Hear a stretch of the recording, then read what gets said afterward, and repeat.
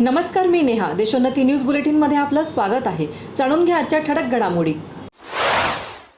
भंडारा शहरातील बडा बाजार येथे आज 9 मे रोजी सकाळी 5 वाजता दरम्यान बिसेन हॉटेलला भीषण आग लागली. अग्निशमन दलाला आग लागल्याची सूचना मिळताच तात्काळ अग्निशमन वाहन घटनास्थळी रवाना करण्यात आले.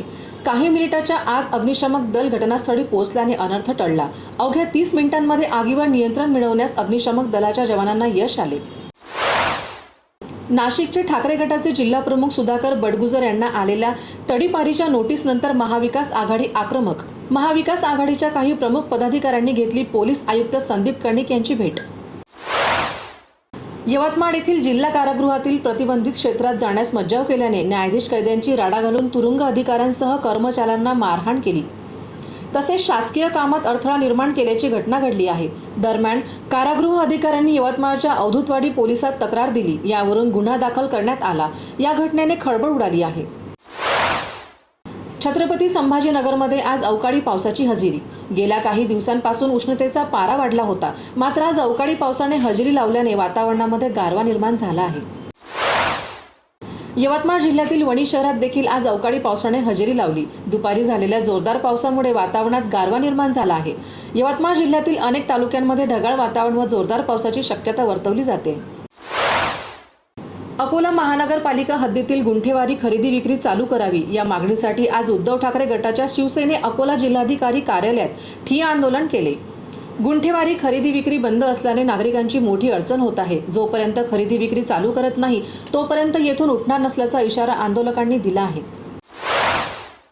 जालना लोकसभा मतदारसंघात स्वाभिमानी शेतकरी संघटनेने महाविकास आघाडीचे उमेदवार डॉक्टर कल्याण काळे यांना जाहीर पाठिंबा दिला. आज स्वाभिमानी शेतकरी संघटनेच्या वतीने एका बैठकीचे आयोजन करण्यात आले होते. या बैठकीनंतर स्वाभिमानी शेतकरी संघटनेकडून ही घोषणा करण्यात आली. पश्चिम बंगालच्या संदेशखाडी येथील महिलेने तृणमूल काँग्रेस नेत्यांवर लावलेले विनयभंगाचे आरोप मागे घेतल्यावर नव्या वादाला तोंड फुटले आहे. महिलेने आपल्यावर अजिबात बलात्कार झाला नसल्याचे सांगत आरोप मागे घेतला. भाजपाच्या सदस्यांनी मला कोऱ्या कागदावर सह्या कराव्या लावल्यात आणि नंतर पोलिसांशी संपर्क साधला असा आरोप या महिलेने केला आहे. भाजप खासदार साक्षी महाराज यांनी लोकसभा निवडणूक 2024च्या संदर्भात वादग्रस्त विधान करून मोठा गदारोळ माजवला आहे. भारतातील मुस्लिमांच्या वाढत्या लोकसंख्येमुळे लोकशाही राष्ट्राला धोका निर्माण होऊ शकतो असे ते म्हणाले. इतिहासावर नजर टाकली तर देशाच्या फाळणीच्या वेळी पाकिस्तानात हिंदूची लोकसंख्या 23.5% होती, जी आता घटून 2.5% झाली आहे. 21% हिंदू कुठे गेले असा सवाल यांनी उपस्थित केला.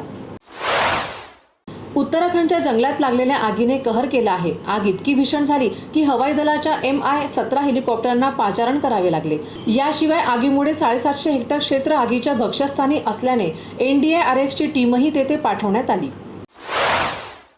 याचबरोबर हे बातमीपत्र संपलं. पुन्हा भेटूया नवीन घडामोडींसोबत. नमस्कार. मुंबई, पुणे, नागपूर, मराठवाडा असो का विदर्भ, राजकीय, सामाजिक, शैक्षणिक क्षेत्र असो का क्रीडा, सर्वच घडामोडीचे विश्लेषण पाहायला विसरू नका. फक्त देशोन्नती न्यूजवर.